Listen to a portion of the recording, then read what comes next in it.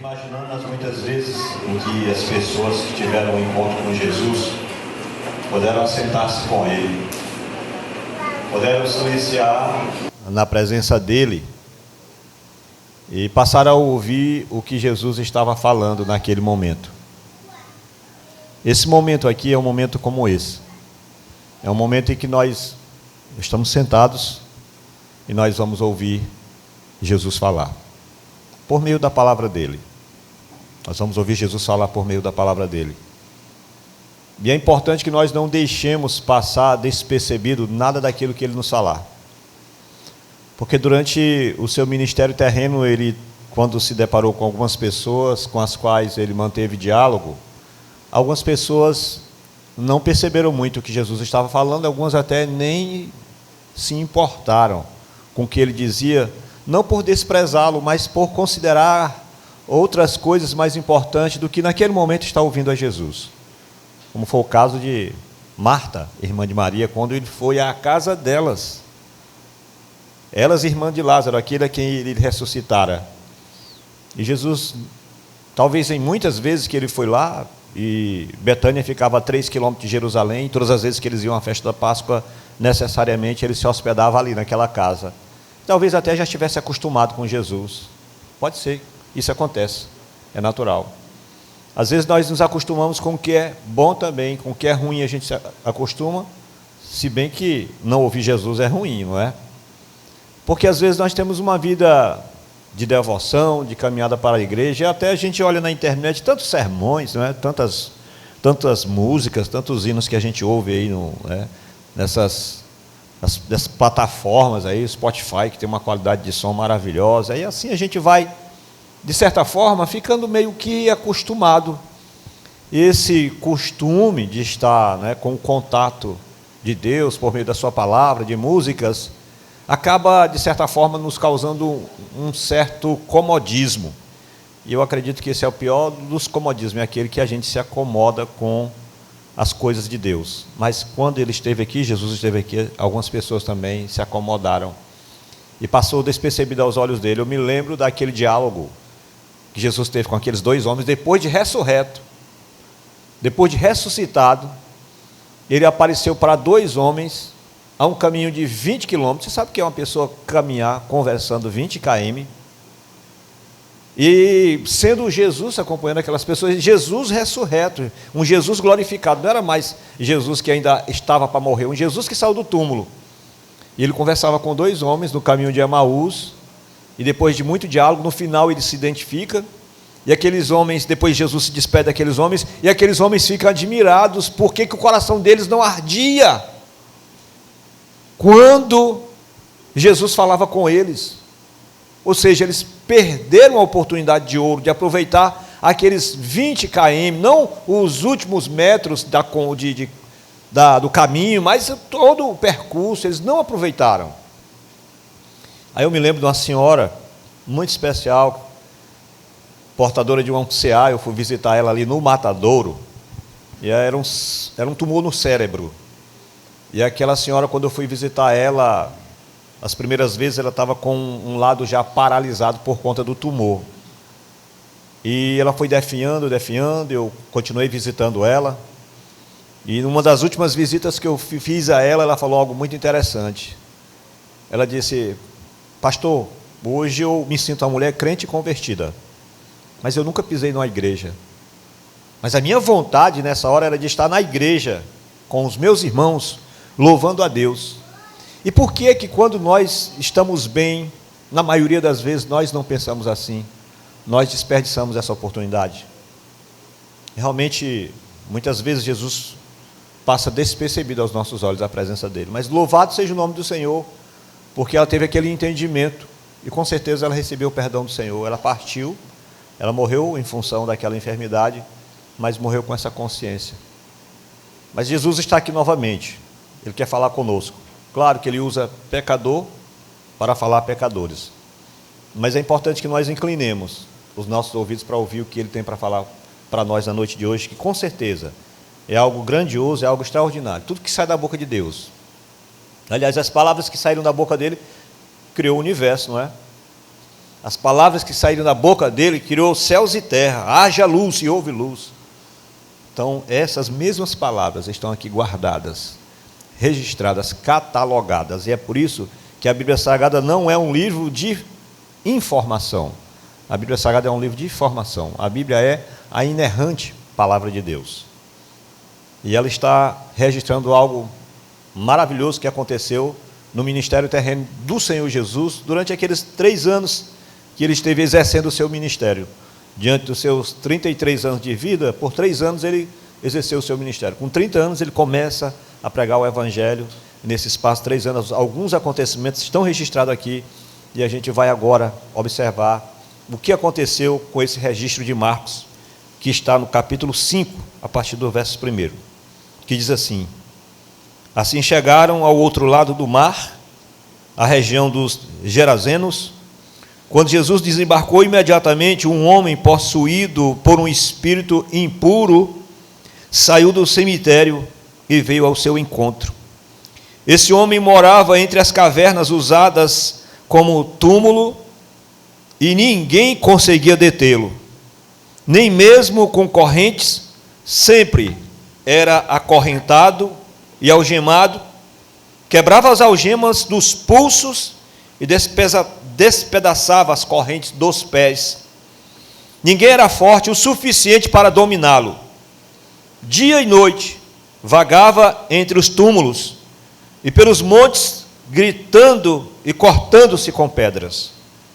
Quando o homem viu ainda a certa distância, viu Jesus ainda a certa distância, correu ao seu encontro e se curvou diante dele. Então soltou um forte grito: por que vem me importunar? Jesus, Filho de Deus Altíssimo, em nome de Deus suplico que não me torture. Pois Jesus já havia falado ao espírito: sai deste homem, espírito impuro. Jesus lhe perguntou: qual é o seu nome? Ele respondeu: meu nome é Legião, porque há muitos de nós dentro deste homem.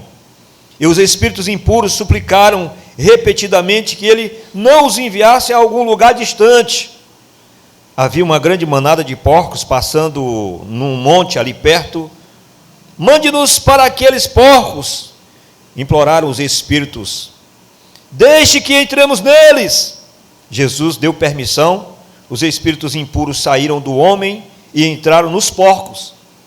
E toda a manada, cerca de 2.000 porcos, se atirou pela encosta íngreme do monte para dentro do mar e se afogou. Os que cuidavam dos porcos fugiram para uma cidade próxima e para os arredores, espalhando a notícia. O povo correu para ver o que havia acontecido. Chegaram até onde Jesus estava e viram um homem que tinha sido possuído pela legião de demônios, estava sentado ali, vestido e em perfeito juízo.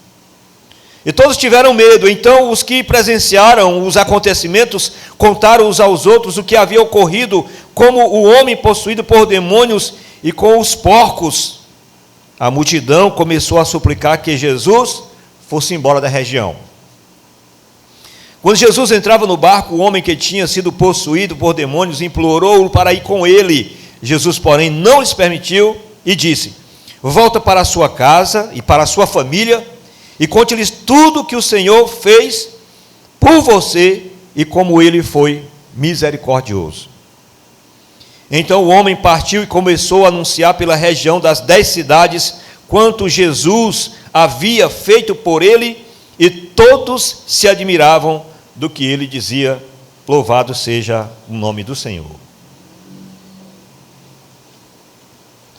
O apóstolo Paulo diz, em Efésios capítulo 6, a partir do versículo 10, ele diz assim: no demais, irmãos, é revestido de toda a armadura de Deus e com a força do seu poder, porque não temos que lutar contra a carne e sangue, mas sim contra espíritos e potestades nas regiões celestiais.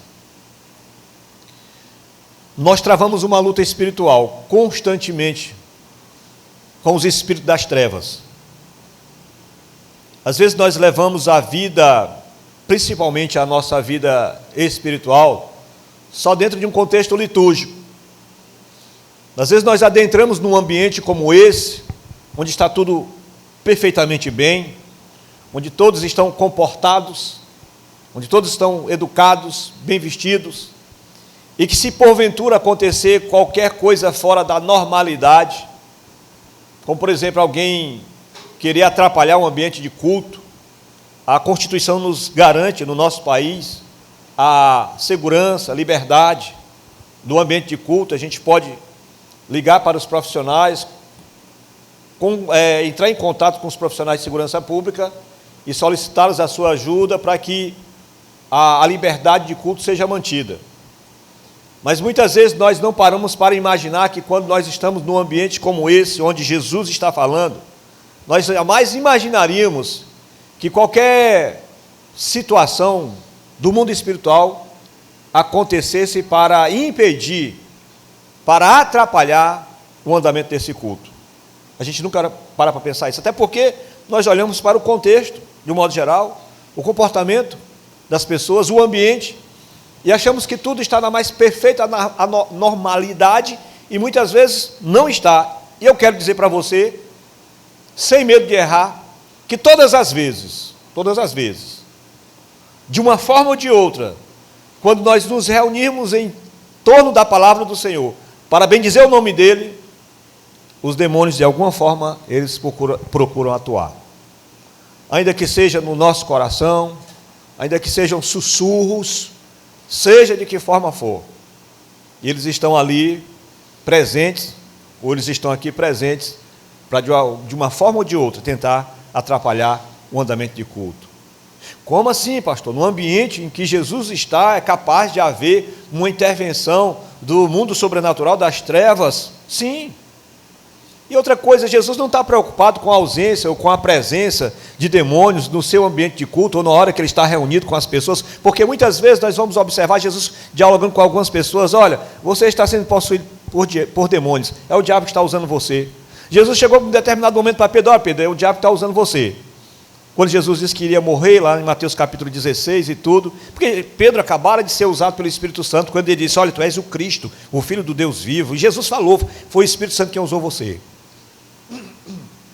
Mas, minutos depois, horas depois, o Pedro está lá dizendo: Jesus, não, ele não vai morrer não, de jeito nenhum. Jesus veio com essa missão para morrer, tudo calculado para que ele morresse na cruz por mim e por você. Aí Pedro traz uma palavra negativa quanto a isso. Jesus diz: olha, sai, arreda-te de mim, Satanás. Então, o Senhor Jesus, ele não está preocupado se o inimigo das nossas almas está presente, de forma alguma. Aliás, acontecem reuniões no céu, onde o diabo, apesar de ter sido expulso de lá, mas ele tem uma certa liberdade de chegar até lá, não de permanecer lá, porque o diabo não oferece medo nenhum, perigo nenhum para Deus, sabe, não atrapalha em nada as coisas de Deus, aquilo que Deus quer fazer, ele não atrapalha em nada. Nós temos um exemplo, quando Deus estava reunido lá com os anjos, de repente vem com eles também Satanás, e fala de Jó. Aí Deus fala para ele: observaste tu, meu servo Jó, homem íntegro que se desvia do mal? Ali Deus estabelece um diálogo com o próprio diabo, não é? Ei, sai daqui, maldito, aquela coisa. Ei, silêncio, acabou de chegar o inimigo aí, olha, acabou de chegar, bora mudar de assunto aqui. Não, Deus não está preocupado com isso, porque nada impede o poder dele. E aqui, nessa situação, o Senhor Jesus estava lutando não, o diabo é que quer lutar com Jesus, mas ele não luta, né? Nós temos que saber disso, que o diabo sabe a força que Deus tem, mas ele não luta contra o Senhor. Mas aqui o Senhor Jesus estava lidando exatamente com uma coisa crua, uma coisa clássica e notória, porque a gente só acha que o Senhor Deus está lidando com o diabo quando a gente olha para uma situação como essa. Quando nós olhamos para um ambiente como esse, a gente nunca acha que não. No ambiente de culto ele pode estar presente, ele se faz presente no ambiente de culto. Jesus era que fazia o culto daquela igreja, ele era o pastor daquela igreja de 12, mas tinha um lá que o diabo usava ele 24 horas, né? E principalmente com a ganância de dinheiro, e Jesus tão preocupado com o diabo usando aquele homem, que deu ele para ser o tesoureiro do grupo, e no final nós sabemos o que foi que aconteceu, ele vendeu Jesus por 30 moedas de prata, o diabo usou Judas, não é? Mas Jesus não estava preocupado, e nunca está preocupado com o diabo, com o que ele faz ou deixa de fazer, mas ele está cuidadoso com o que você pode fazer com a palavra que ele coloca para você. Então Jesus vem atravessando num barco, a Bíblia Sagrada não diz, mas eu não tenho dúvida do que eu vou dizer para você. Eu não posso afirmar, nem ninguém pode afirmar que a Bíblia está dizendo o que eu vou dizer para você, porque existem algumas coisas que a Bíblia não precisa afirmar. Mas eu tenho certeza que aqui o mundo espiritual, as forças do inferno, se levantaram com Jesus até ele chegar nessa cidade, talvez até para impedir ele de chegar a esta cidade. A Bíblia Sagrada diz que houve um grande maremoto, uma grande tempestade, um grande vendaval, e foi um negócio fora de sério, a ponto, os discípulos sabiam se virar com tempestade, com situações adversas, dos intempéries da natureza, quando acontecia no mar, na condição de pecador que eles eram. Mas eles enfrentaram uma situação aqui, no capítulo anterior, que o mar estava entrando para dentro do barco, o vento, aquela coisa toda, e eles ficaram apavorados. E eu quero entender que eram sim já os demônios querendo impedir com que Jesus chegasse até aquela cidade. E Jesus foi lá e mandou o vento silenciar e o mar se aquietar. E até questionou os discípulos por que a fé deles era pouca, por que a fé deles era pequena. E Jesus descendo do barco, quando Jesus desce do barco, o que é interessante é que o inimigo não foge do Senhor Jesus. A Bíblia Sagrada diz que de longe ele avista o Senhor Jesus. E o que é que eles fazem? Correm para Jesus. Eles correm para reverenciá-lo. Há quem pense que o diabo ele não reverencia Jesus, os demônios não reverenciam Jesus. Eles são obrigados. É impossível ficar de pé diante dele. Não tem aquele hino que a turma gosta de cantar aí? Eu não posso ficar de pé diante da tua glória. A Bíblia Sagrada diz que até os montes ficam retumbando, né, com a glória de Deus. Nada, qualquer coisa se rende aos pés dele. E aqui, quando Jesus desce do barco, que entra nessa região dessas 10 cidades, quando ele chega lá na região de Gadara, a Bíblia Sagrada diz que imediatamente, por que imediatamente? O inimigo sabia do percurso que Jesus vinha fazendo em direção a ele. Talvez o diabo olhando, ei, o Altíssimo vem vindo em direção para cá, o barco dele está vindo nessa direção, pode ser que ele venha para cá, vamos procurar complicar a situação. E foram até lá provocar aquela tempestade. O texto está dizendo aqui, eu não sei na sua Bíblia, mas na minha Bíblia, diz que imediatamente um homem possuído por um espírito saiu do cemitério e veio ao seu encontro. Esse homem morava entre as cavernas como túmulos, e ninguém conseguia detê-lo, nem mesmo concorrentes. Sempre que era acorrentado e algemado, quebrava as algemas dos pulsos e despedaçava as correntes dos pés. Ninguém era forte o suficiente para dominá-lo. Dia e noite, vagava entre túmulos e pelos montes, gritando e cortando-se em pedras.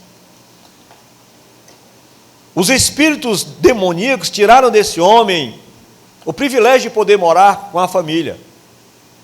Os espíritos desse homem colocaram ele num lugar onde ninguém quer ter como moradia, nem como moradia passageira. Ninguém quer morrer, não é?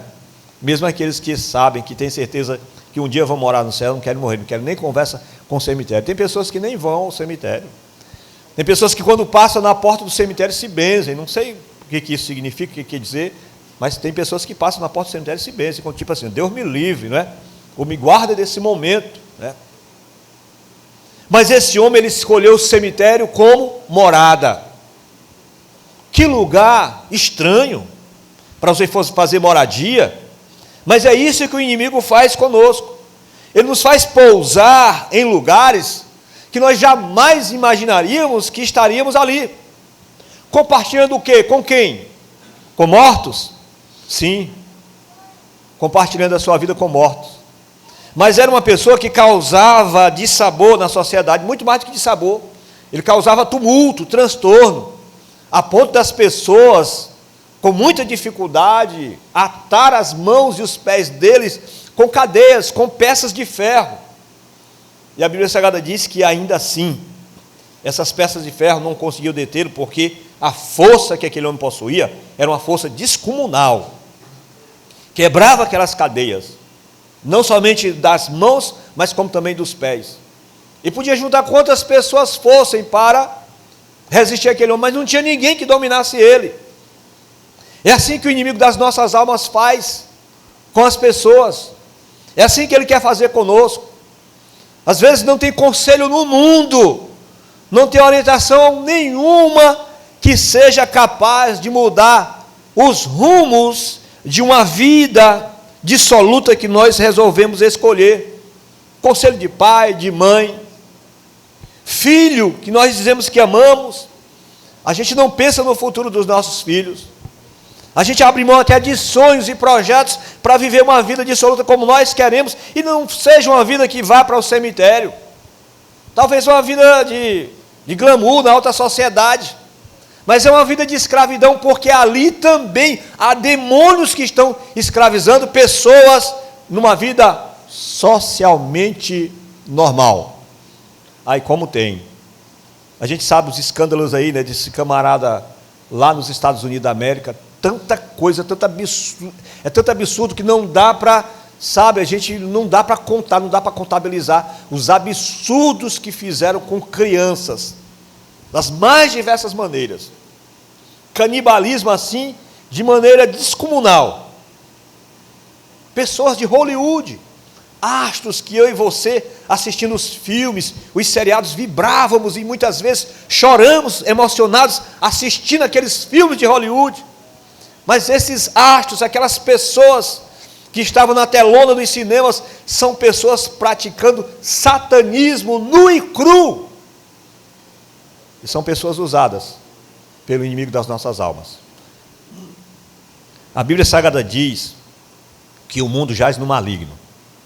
É por isso que Paulo fala do poder do Evangelho no capítulo 1 de Romanos, versículo 16. Pois não me envergonho do Evangelho, porque é o poder de Deus para a salvação de todo aquele que crê. Primeiro do judeu, depois do grego. Então existem situações que nós enfrentamos, muitas situações que nós enfrentamos, que são situações do mundo espiritual, das trevas.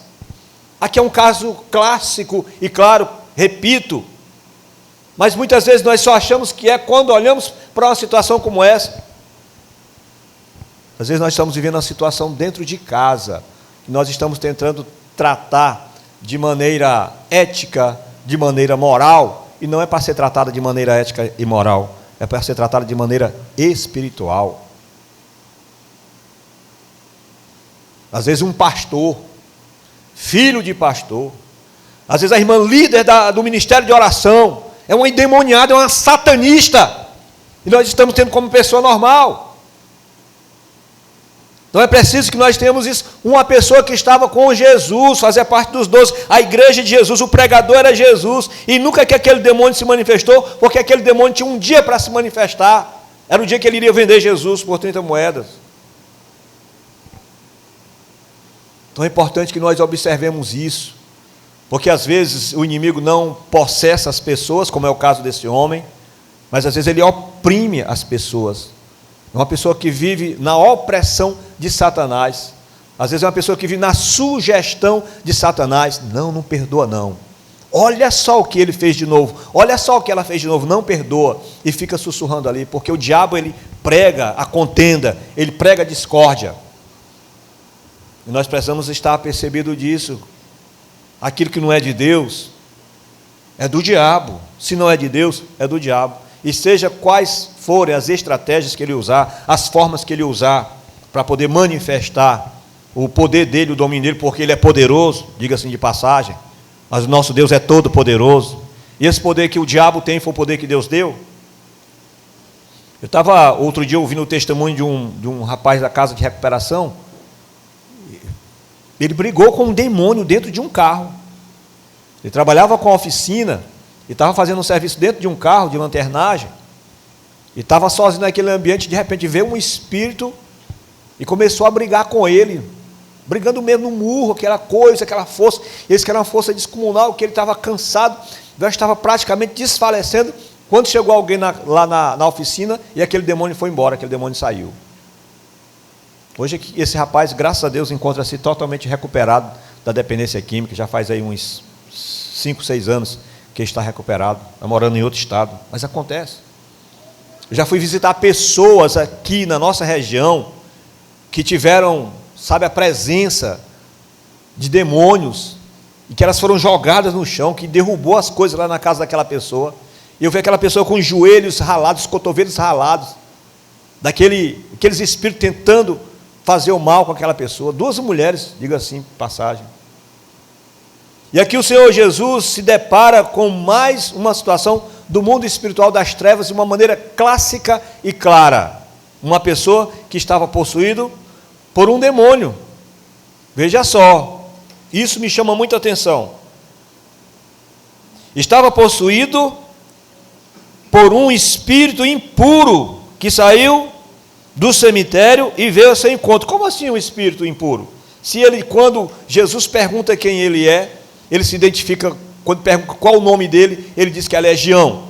Legião era um pelotão que era composto de 6.000 homens. É uma linguagem militar. Os romanos tinham um comando que chamava-se legião, que era composto de 6.000 homens. Não era só por conta da quantidade, mas era por conta da qualidade daquele exército, de homens fortes, de homens habilidosos, de homens corajosos, de homens que faziam um trabalho de elite. E esse demônio aqui se identifica como legião, e eu repito, são 6.000. Mas por que ele diz o nosso nome? Por que a Bíblia está dizendo um? Porque a Bíblia Sagrada está falando aqui da união, da comunhão de 6.000 demônios. E às vezes a gente tem uma família com 3 pessoas que não conseguem estar unidas. Às vezes nós temos uma igreja com 100 pessoas que não conseguem estar unidas.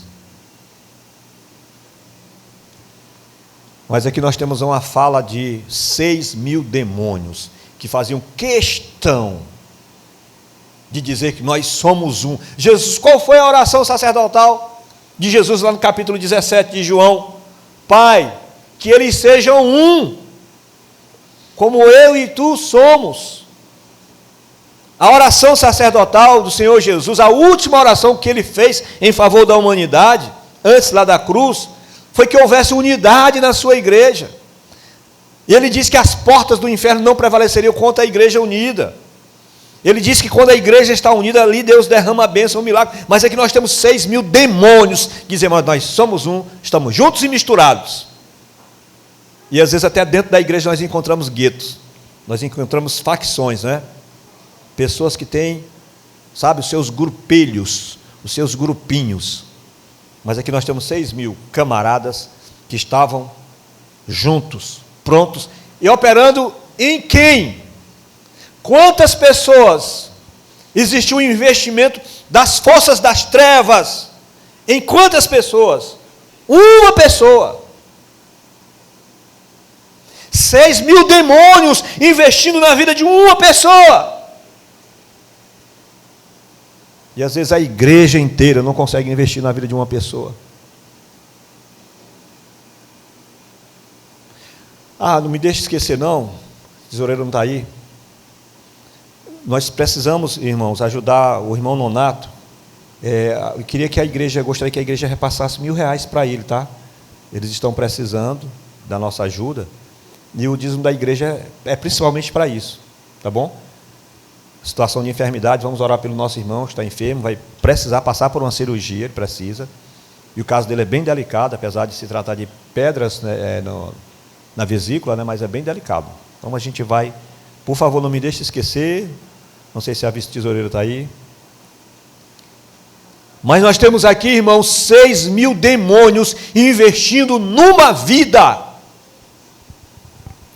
Ferrenhamente, vou perder tempo com um camarada desse, um moribundo velho desse, um sujeito desse, um pra nada desse. Os diabos estão investindo. A igreja precisa acordar, despertar para isso. Os demônios não estavam investindo nos medalhões que estão, nos empresários. Sabe, naquele irmão que é legal. Ó, aquela pessoa é legal, vamos pregar o evangelho para ele. Olha aquela, ó, fulana de tal, sabe? É uma pessoa influente na sociedade. Vamos trazê-la para a nossa igreja. Não! É vida!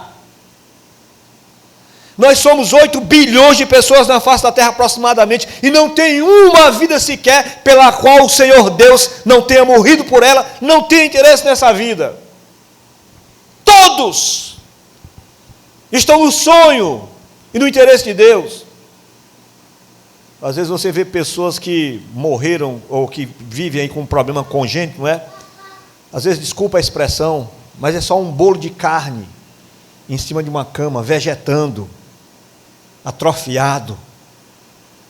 O amor de Deus está sobre a vida dessa pessoa de uma maneira que você não queira imaginar, que se existisse só essa pessoa na face da terra, Jesus teria morrido por ela.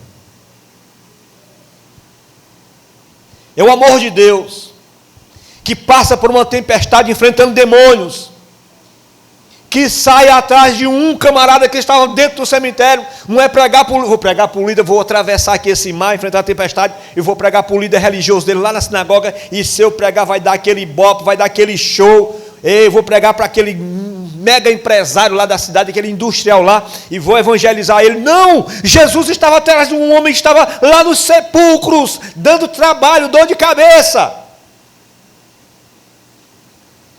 abraçado com demônios, que a sociedade já tinha rejeitado.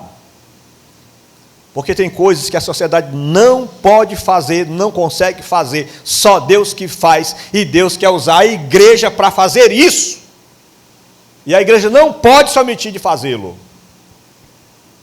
Essa nossa comunidade terapêutica que nós temos, ela é obrigada a existir, porque o Estado não consegue fazer o que uma casa de recuperação faz para tratamento de dependentes químicos. Outro dia o governador fez aquele merchan, o governador do nosso estado, né? Abriu uma casa para tratar de dependentes químicos lá em São Luís, lá, na festa, uma casa lá, né? Mas ele vai usar os métodos humanos para poder tratar essa pessoa, e nada contra isso, né? A nossa parte nós precisamos fazer mesmo, mas a gente sabe que não resolve esse problema.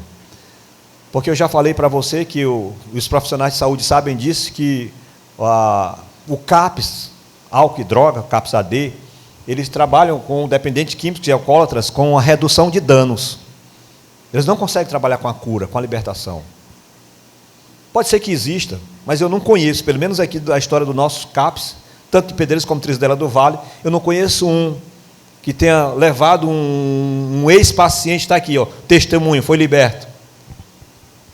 Mas na comunidade terapêutica Vida Nova, que é a nossa, nós já temos mais de 70 homens que estão totalmente recuperados da dependência química. Inclusive, alguns deles são nossos irmãos que convivem conosco aqui. É porque só o poder de Deus é que pode. Só o Evangelho do Senhor Jesus Cristo é que pode fazer isso. E aqui nós temos um caso em que tinha um homem que estava nessa situação, nessa região de 10 cidades. Uma região que não era região judia, porque judeu não cria porco. E a Bíblia Sagrada diz que esses demônios apelam para o Senhor Jesus, imediatamente eles apelam para o Senhor Jesus, vão ao encontro do Senhor Jesus. Enquanto tem muitas pessoas fugindo de Deus, os demônios, quando vê ele, são atraídos e vão para a presença dele. E a Bíblia Sagrada diz que esse homem morava nas cavernas, no cemitério, nos sepulcros. E a Bíblia diz que quando o homem viu Jesus, no versículo 6, a certa distância, correu ao seu encontro, e o que foi que ele fez? Se prostrou diante dele. 6.000 demônios na presença do Senhor. 6.000 demônios na presença do Senhor. E às vezes quando nós estamos para a igreja, vem para a igreja com aqui um chiclete, mastigação interminável, um chiclete na boca. É olhando um celular, negócio e tal. E às vezes tem 2, 3 pessoas aí que estão vendo o camarada brincando aí no zap.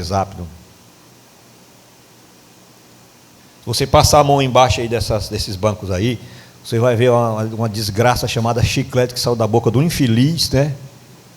Que não teve a coragem de jogar na rua, mas colocou aí embaixo do banco. Eu sentei nos bancos de trás hoje de manhã na escola dominical, aí fui cruzar a perna e levantei a perna assim um pouquinho, a perna ficou colada, eu puxei um chiclete, parece que ainda estava docinho ainda, sabe?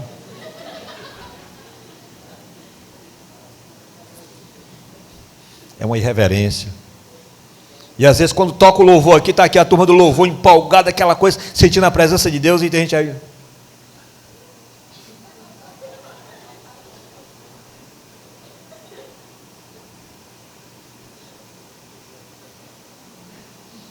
Mas aqui 6.000 demônios.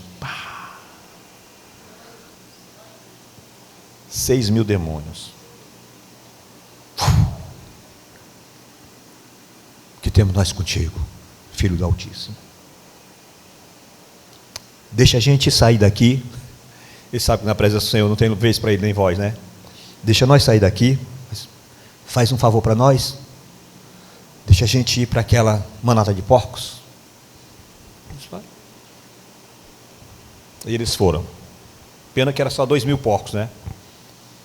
Mas eles foram para ficar no corpo dos porcos? Foram não. Eles foram para sair fazendo bagaceira, para precipitar aqueles porcos, exatamente para provocar o que foi provocado. Aqueles homens sentiram o prejuízo financeiro, apesar da notícia ter chegado na região daquelas 10 cidades. Todo mundo ter tido conhecimento do que aconteceu, mas ao invés de darem glórias a Deus, ficaram aborrecidos com o prejuízo, porque afinal de contas aquele homem era uma pessoa que não merecia investimento, aquele homem era um homem que não precisava, né, de tanto cuidado, tanta dedicação, e a gente perder 6.000 porcos por causa de um homem, 2.000 porcos por causa de um homem, e quiseram tirar Jesus de lá e tiraram. Jesus entrou no barco, calmamente, é porque Jesus ele não obriga ninguém. Se você não quer, ele diz, olha, lá em Mateus capítulo 10, vão de cidade em cidade, de aldeia em aldeia, de casa em casa, e quando vocês chegarem em alguma casa que receberem vocês, saudai-a. Se a casa for digna, desça sobre ela a vossa paz, se não, bata dos pés das sandálias o pó, e se retire daquela casa. O juízo de Sodoma e Gomorra, daquela casa, será maior do que o juízo de Sodoma e Gomorra. O juízo contra aquela casa e pessoa será maior do que o juízo de Sodoma e Gomorra.